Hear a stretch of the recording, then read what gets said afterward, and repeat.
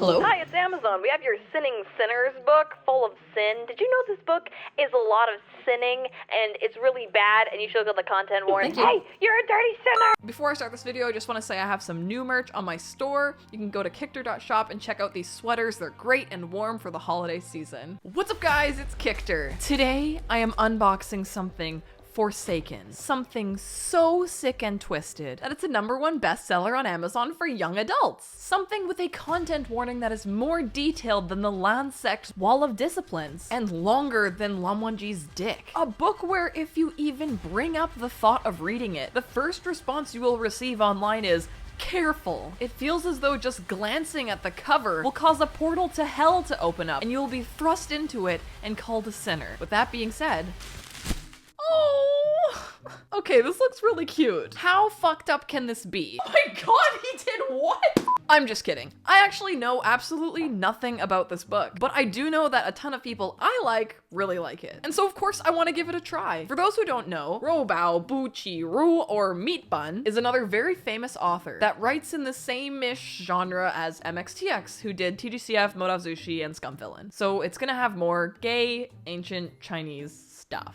That's about as far as I know. However, unlike MXTX, who we haven't heard from in a long time, a little concerning, Meat Bun is on Twitter, and she actually replies to people and shares things about her characters, like how big their dicks are. This guy right here, 20 centimeters. Soft. So with all these important things taken into consideration, let's open this up as someone who has no idea what's going on, look at the pictures, and read a few pages. The husky and his white cat Shizun. Arha ta de Bai Mao Shizun, obviously. So on the front here, we have hot blue guy and hot white guy fighting, but also a little smirky and blushy, and also a reflection in a sword. And in the reflection, he has like the little emperor beads, like Junwoo has. So on the back, it says, the Emperor Reborn and his dearest enemy. Cruel tyrant Taxian Jun killed his way to the throne and now reigns as the first ever emperor of the mortal realm. Yet somehow he is unsatisfied. Left cold and bereft, abandoned by all he held dear, he takes his own life, only to be reborn anew. Okay. Awakening in the body of his younger self, Moran, a disciple of the cultivation sect Shishang Peak, he discovers the chance to relive his life. This time he vows to attain the gratification that once eluded him. All who defied him will fall, and never again will they treat him like a dog.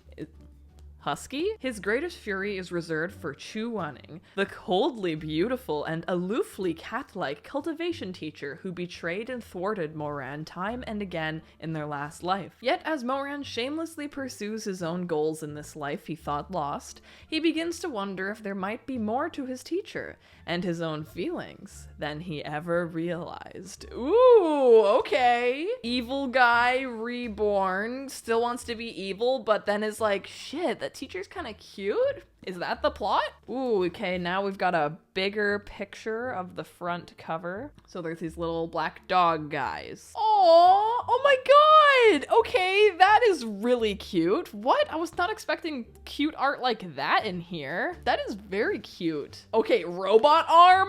What? Once evil guys, now cute, aloofly beautiful cat-like man with a robot arm? I'm in. These chapter names. Wow, okay, the Venerable One dies. Venerable One lives. The Venerable One likes wontons. The Venerable One kissed the wrong person. What the fuck? The Venerable One kisses the wrong person again. Okay. Chapter 1. This Venerable One dies. Before Moran became an emperor, people were always calling him a dog. The villagers called him a damn mutt. His cousin called him a stupid cur. And the woman who took him in outdid them all, calling him a bitch's whelp. Wow. Mind you, there were other dog-related metaphors that weren't so bad. For example, his one-night stands always grumbled with feigned petulance that his energy in bed was like that of an alpha dog. Oh my god.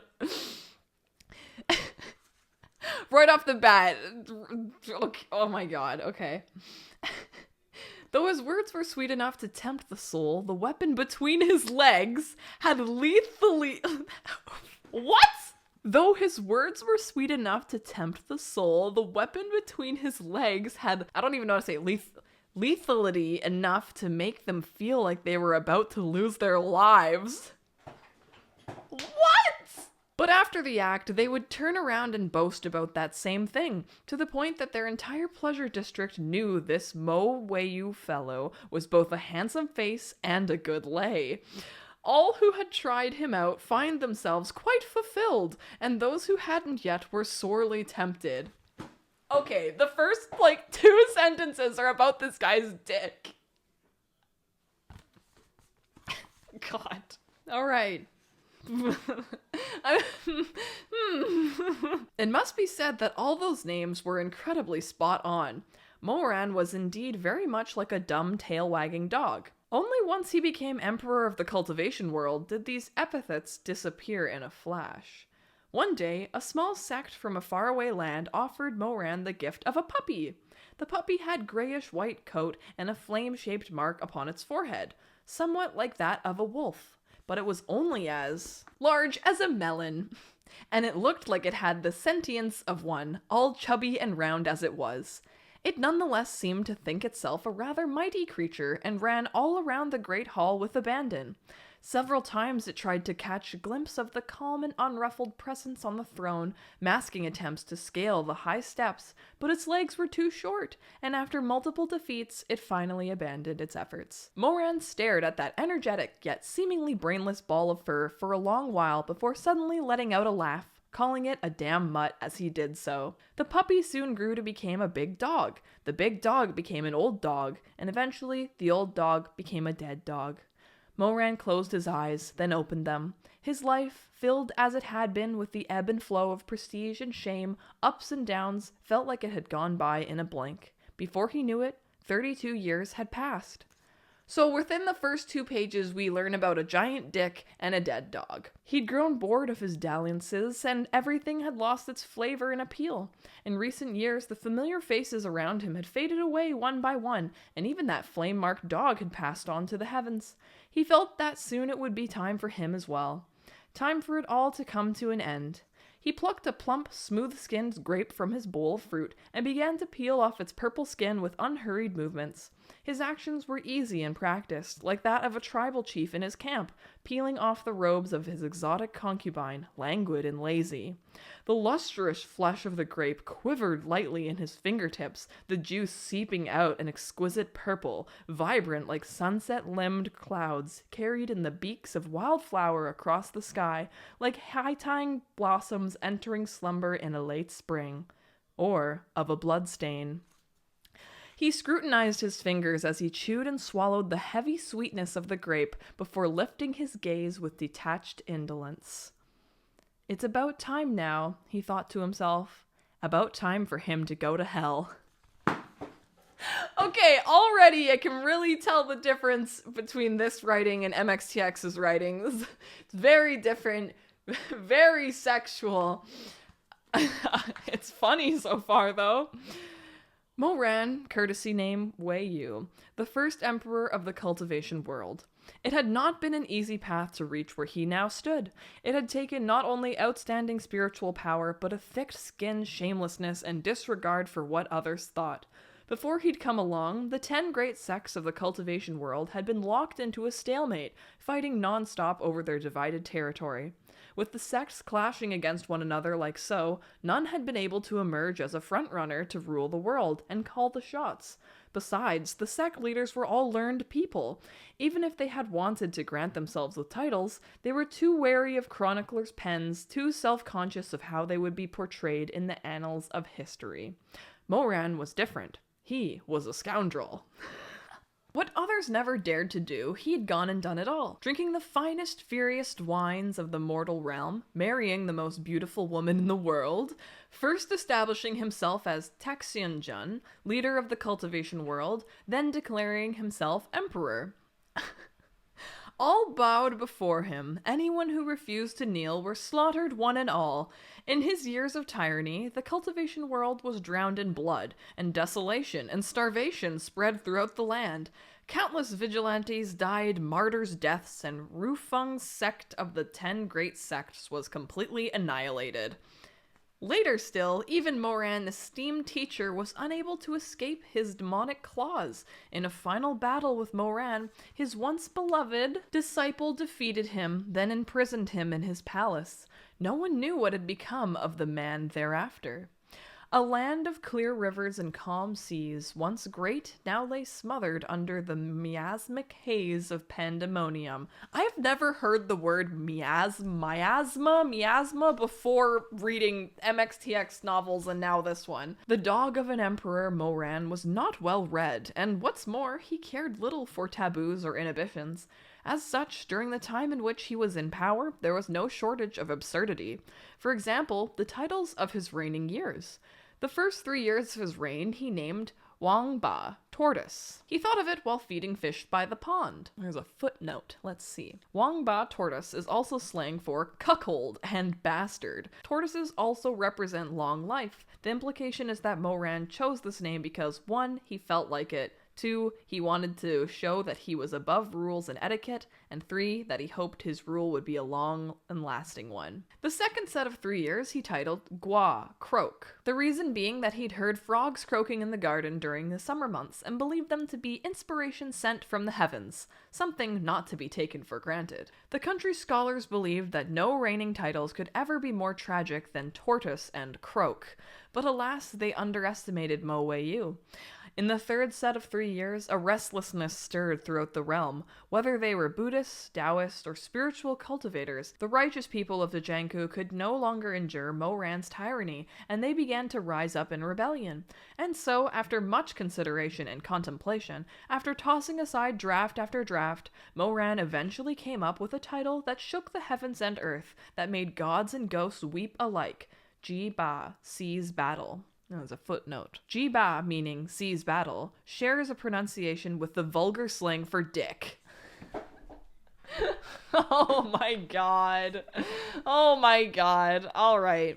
The title's metaphorical meaning was all well and good. This emperor, the first of his kind, had used every single last drop of brain power he possessed to come up with it, and he had based it off the fortuitous phrase, "Lay down your arms and seize battle." It was only that phrase was exceedingly awkward when spoken out loud in the common context. It was all the more awkward for those who couldn't read and could therefore only go off the way it sounded. The first year was called Ji Ba Yuan Yan, the first year of seas battle. Yuan, meaning the first of, shares a pronunciation with Yuan for ball.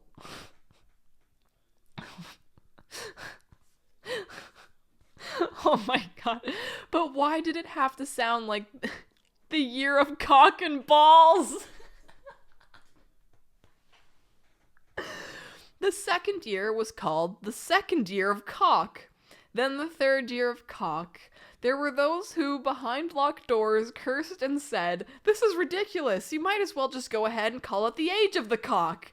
That way, when you want to ask a man's age, all you'll have to do is ask the vintage of his cock. 100-year-old man could just be called Centennial Cock." What?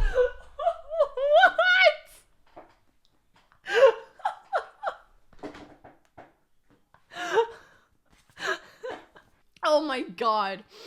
After 3 agonizing years, the time finally came for the reigning of Ji Ba Seas Battle to be replaced.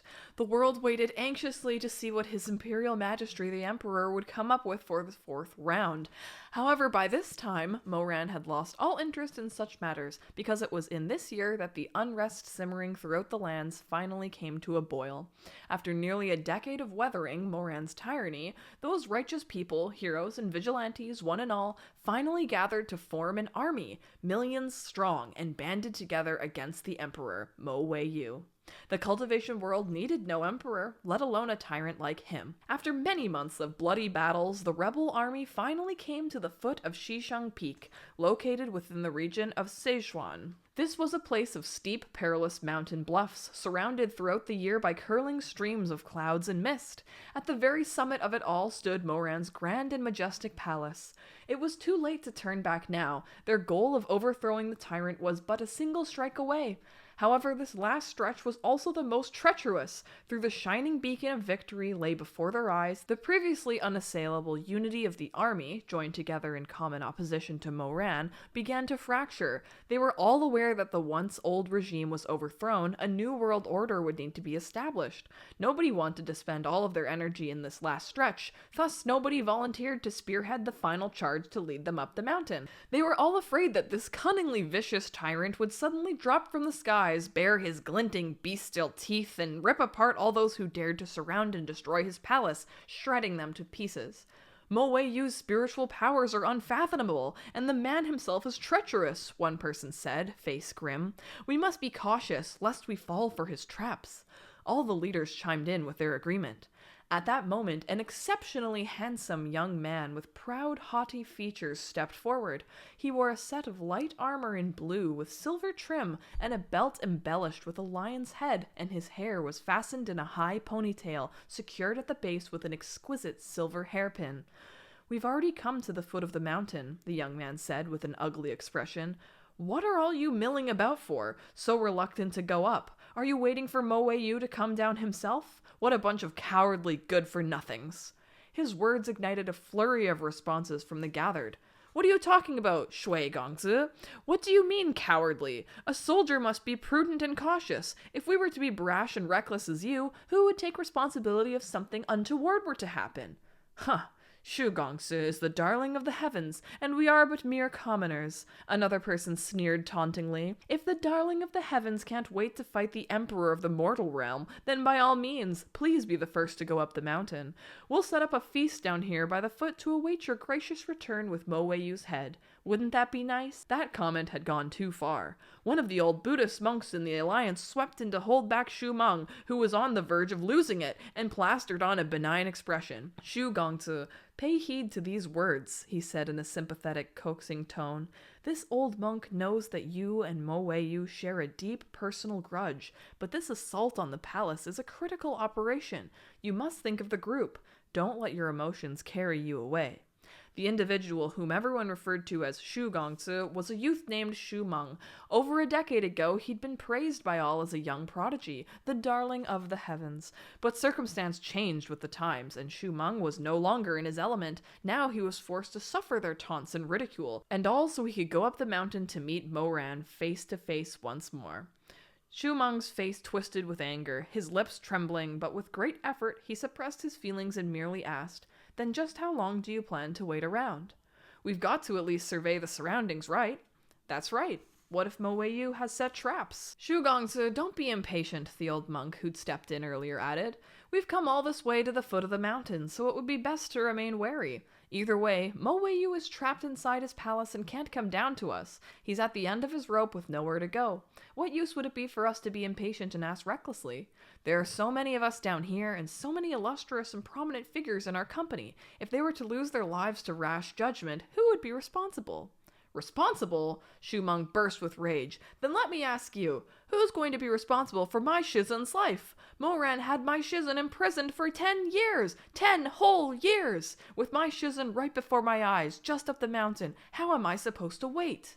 On hearing Shu Meng mention his teacher, the mob couldn't help but feel a twinge of guilt. Some looked ashamed, and others averted their gazes, mumbling one excuse or another.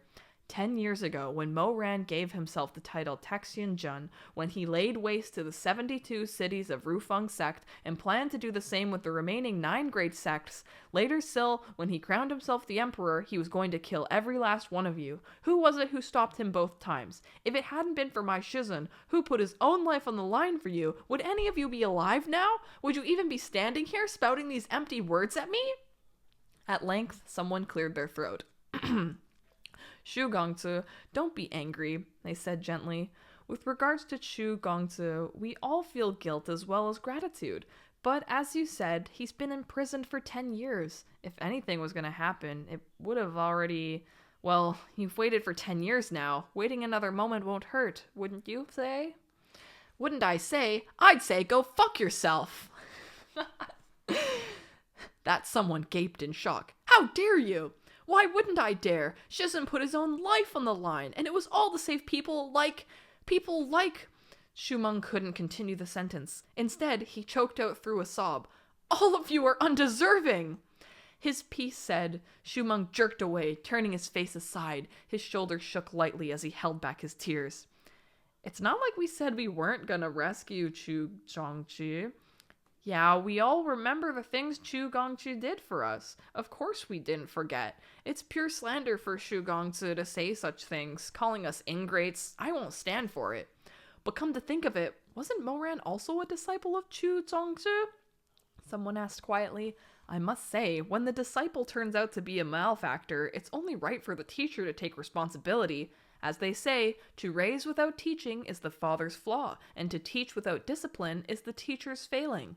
Maybe it was inevitable, so what's there to complain about?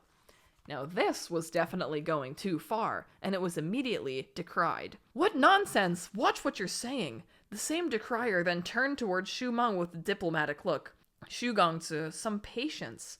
How can I be patient? Shu Meng cut him off, his gaze furious. Easy enough for all of you to stand around talking, but that's my Shizun. Mine! I haven't seen him in years. I don't even know whether he's alive or dead, much less how he's doing. Why do you think I'm even standing here?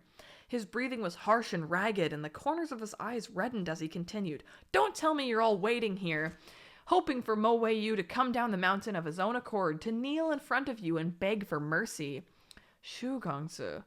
Other than Shizun, I have no family left in this world. Shu Meng jerked his sleeve free from the old monk's hold. Fine, you won't go? He asked hoarsely. Then I'll go myself. They're really building the suspense with, like, you really want to know, like, is Chu Wenning alive? Like, people really like him. This guy really likes him. What's he done to him? What's he like? I'm into it. After flinging out that last statement, he left to head up the mountain, a solitary figure with a single sword. The chilly, damp wind, mingled with the susurration of the foliage, combined with the thick fog that lay everywhere, it was as if countless malicious ghosts and aggrieved spirits wandered amidst the trees, rustling and whispering. All alone, Shu Meng climbed the peak towards Moran's magnificent palace, which stood like a beacon in the night, illuminated by calm candlelight. As he drew near, his gaze caught on 3 graves at the foot of the heaven-piercing tower. When he approached for a closer look, he saw that long weeds had grown over the first grave mound, and on its gravestone were inscribed the following words in a childish, dogged scrawl. Grave of the esteemed consort Chu. In contrast to this esteemed consort, the second grave was newly dug, in the earth only just sealed, and upon the tombstone was inscribed, Grave of the Deep-Fried Empress Song. Shu Meng had no words. If this had been 10 or more years ago, such a ridiculous sight would have made him laugh out loud in spite of himself. At the time, he and Moran had been disciples under the same Shizun, and Moran had been quite the joker. Even though Shu Meng had found Moran disagreeable, despite everything, the man still ended up making him laugh from time to time. So he's steamed consort and deep-fried. It is so stupid. Oh my god, I love how this guy's like, man, this guy, fuck him, but he's so funny.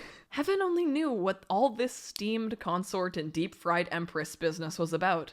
Perhaps the style with which Scholar Mo had graced his 2 wives was the same that which had produced Wang Ba Tortoise, Gua Croak, and Ji Ba Sea's Battle.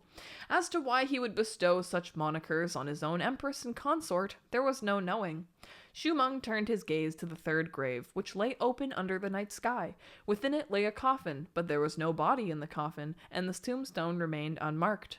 However, before the grave sat a small pot of pear-blossom white wine, a bowl of chili oil wontons long gone cold, and a few plates of spicy, numbing mala side dishes, all fair favored by Moran. Shu Meng stared at the grave for a long moment as a shock struck his heart. Could it be that Moran had no intention of fighting, and that he had long since dug his own grave? That he was ready to die? The thought made Shu Meng break into a cold sweat. He refused to believe it. Moran was the kind of person who clung to things till his dying breath without ever showing fatigue, the kind of person who didn't know the definition of surrender. Given his history, he was bound to keep fighting the rebel army to the bitter end, so why? These past 10 years, Moran had stood at the summit of power. What exactly had he seen? What exactly had happened to him? No one knew. Shu Meng turned around and re-entered the darkness, stalking in great strides toward the brightly lit Wushan Palace. Moran sat within that palace, his eyes screwed shut and his face deathly pale. Shu Meng had guessed right. Moran was determined to die. That grave mound outside had been dug by his own hands. 2 hours ago, he'd used a communication spell to dismiss his servants, then swallowed a deadly poison. With his high level of cultivation, the poison's efficiency had slowed to a crawl as it spread throughout his body, leaving him able to feel every single agonizing moment with vivid acuity as the effects of the poison dissolved his internal organs. Ew! The doors to the hall opened with a creak. Moran didn't look up. He only rasped, "Shu Meng, it's you, right? Have you come?" Shu Meng stood alone upon the golden pavement of the hall, his ponytail swinging free, his light armor glinting. This was a reunion of disciples who had been in the same sect once upon a time, yet Moran's face was devoid of expression as he sat there with his chin propped in one hand, the thick curtains of his fine lashes lowered over his gaze. Everyone spoke of him as though he were a savage fiend with 3 heads and 6 arms, but in truth, he was exceptionally good-looking. The bridge of his nose curved delicately, and the color of his lips was pale and dewy. His natural features had sweet, gentle cast. If one only looked at his face, they would think he was a good and lovely person. The sight of this face was all Shu Meng needed to confirm his suspicion. Moran had poisoned himself.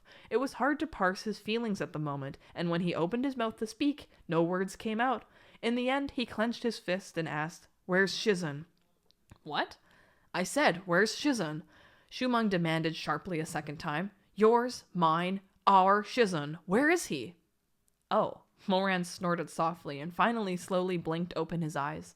His pupils were dark, so black they looked to have hints of purple, and his gaze seemed to travel through layer upon layer of time since past before focusing on Shu Meng.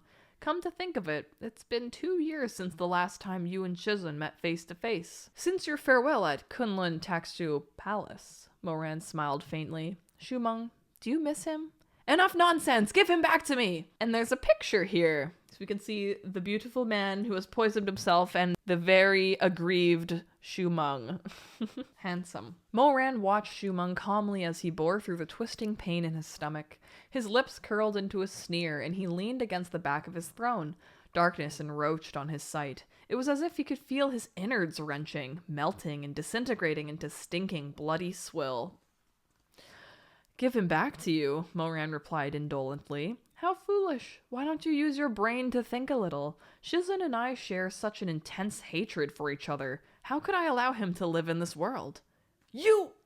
Shu Meng's face went white, and his eyes widened as he stepped back involuntarily. "You can't have! You wouldn't!" "I wouldn't what?" Moran laughed softly. "Why wouldn't you tell me? Why wouldn't I?" Shu Meng's voice shook. "But he's still your Shizun. After everything, how could you bear to kill him?" He raised his head to look up at Moran, seated on his emperor's throne. The heavens had Fuxi, hell had Yanlao, and in the mortal realm there was Mo Wei Yu.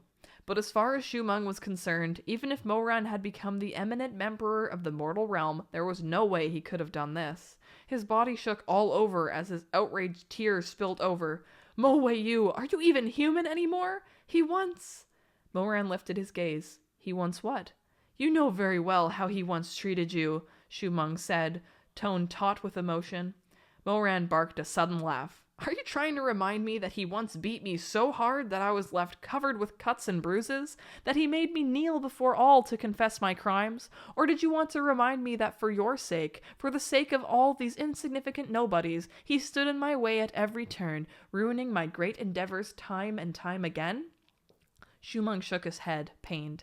"No, Moran, think about it. Let go of your vicious hatred and look back properly. He once trained you in cultivation and martial arts, trained you in the art of self-defense. He once taught you how to read and write, taught you poetry and painting. He once learned how to cook just for you, even though he was so clumsy and got cuts all over his hands. He once waited every day for you to come home, all alone by himself, from nightfall till the break of dawn." These words caught in his throat, and at length Shu Meng could only choke out, His temper is terrible, and his words are harsh, but even I know how well he treated you. So how could you?" Shu Meng raised his head, but having held back so many tears, his throat was even more constricted, and he couldn't continue. It's like this guy really ships them, and is like, why don't you see what I see that you two had? After a long pause, Moran's quiet sigh floated down from the throne. Yeah, but Shu Meng, did you know? Moran was clearly exhausted. He also ended the life of the only person I ever loved. The only one. A deathly silence hung over them for a good long while. The pain in Moran's stomach as his blood and flesh tore and ripped themselves to shreds was like a blazing fire. Is the life of the person that he loved, was it his own life, or am I jumping ahead of myself? Still, we were once master and disciple. His body is resting in the Red Lotus Pavilion at the southern peak. He's been very well preserved and lies there among the lotus blossoms, looking like he's only fallen asleep. Moran caught his breath and forced himself to calm down. When he spoke, his expression remained blank, but his fingers dug into the red sandalwood of the throne's armrest so tightly that his knuckles went white. His corpse is maintained by my spiritual powers. If you miss him, don't waste your breath here with me. Go now, before I die. Oh! A lump of astringent sweetness swarmed up in Moran's throat. He coughed a couple times, and when he opened his mouth again, his lips and teeth were covered in blood.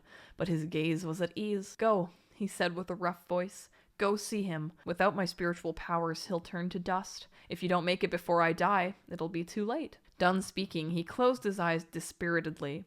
The poison had reached his heart, bringing with it a torment like a raging inferno. The agony was so all-consuming that even Shu Meng's anguished, despairing wails felt like they came from far away, like he and Moran were separated by an ocean spanning thousands of miles, and his voice traveled over those waters. Blood continued to drip from the corners of Moran's lips, and his hands fisted in his sleeves as his muscles spasmed. When he opened his bleary eyes, Shu Meng had long since run off. The kid's qingguang lightness wasn't bad. It wouldn't take him long to reach the southern peak. He should be able to see Shizun one last time. Moran pushed himself up, wobbling as he rose to his feet. Using hands flecked with blood, he formed a seal and sent himself to the base of Shisung Peak's heaven-piercing tower. It was deep autumn, and the Haitang blossoms were in full, abundant bloom. He didn't know why he'd ended up choosing this place to end his sinful life, but with all the flowers blooming so vibrantly, at least it wouldn't be such a bad tomb. Moran laid down in that open coffin and looked up to watch the blossoms of the night drift soundlessly as they wilted. Drifting into the coffin, drifting onto his cheeks, dancing and fluttering, fading away like the events of the past. In this life, he'd started out as a bastard son who possessed nothing, and after enduring a great deal, he'd become Lord Emperor of the mortal realm. He had blasphemed, and his hands were covered with blood. All that he loved, all that he hated, all that he prayed for, all that he resented. When all was said and done, there was nothing left. Ultimately, he hadn't even bothered to pen an epitaph for himself with that wild and spirited scrawl of his. There was no shameless Emperor of the Ages, nor was there something ridiculous like deep-fried or steamed. He hadn't written a thing. The grave of the first Emperor of the cultivation world was, in the end, unmarked. And so the curtains finally closed on a spectacle that had lasted for a decade. Many, many hours later, the rebel army invaded the resident palace of the Emperor with torches held high. However, what awaited them was an empty Wushan palace, a Shishang peak without a soul, and at the Red Lotus Pavilion, Shu Meng, who had cried himself numb, slumped over a floor covered in ashes. And finally, before the heaven-piercing tower, the long, cold corpse of Mo Wei-yu. Oh my god! Okay, so that was chapter 1. Holy shit. Oh my god. Okay, so wow. I have so many questions and so much I'm anticipating already. I feel like there was so much juice in that first little bit that upon reading more and reflecting back on it, it'll be like, oh, the little passage that Shu Meng has about knowing all the kind things that Shu Wanning did for him.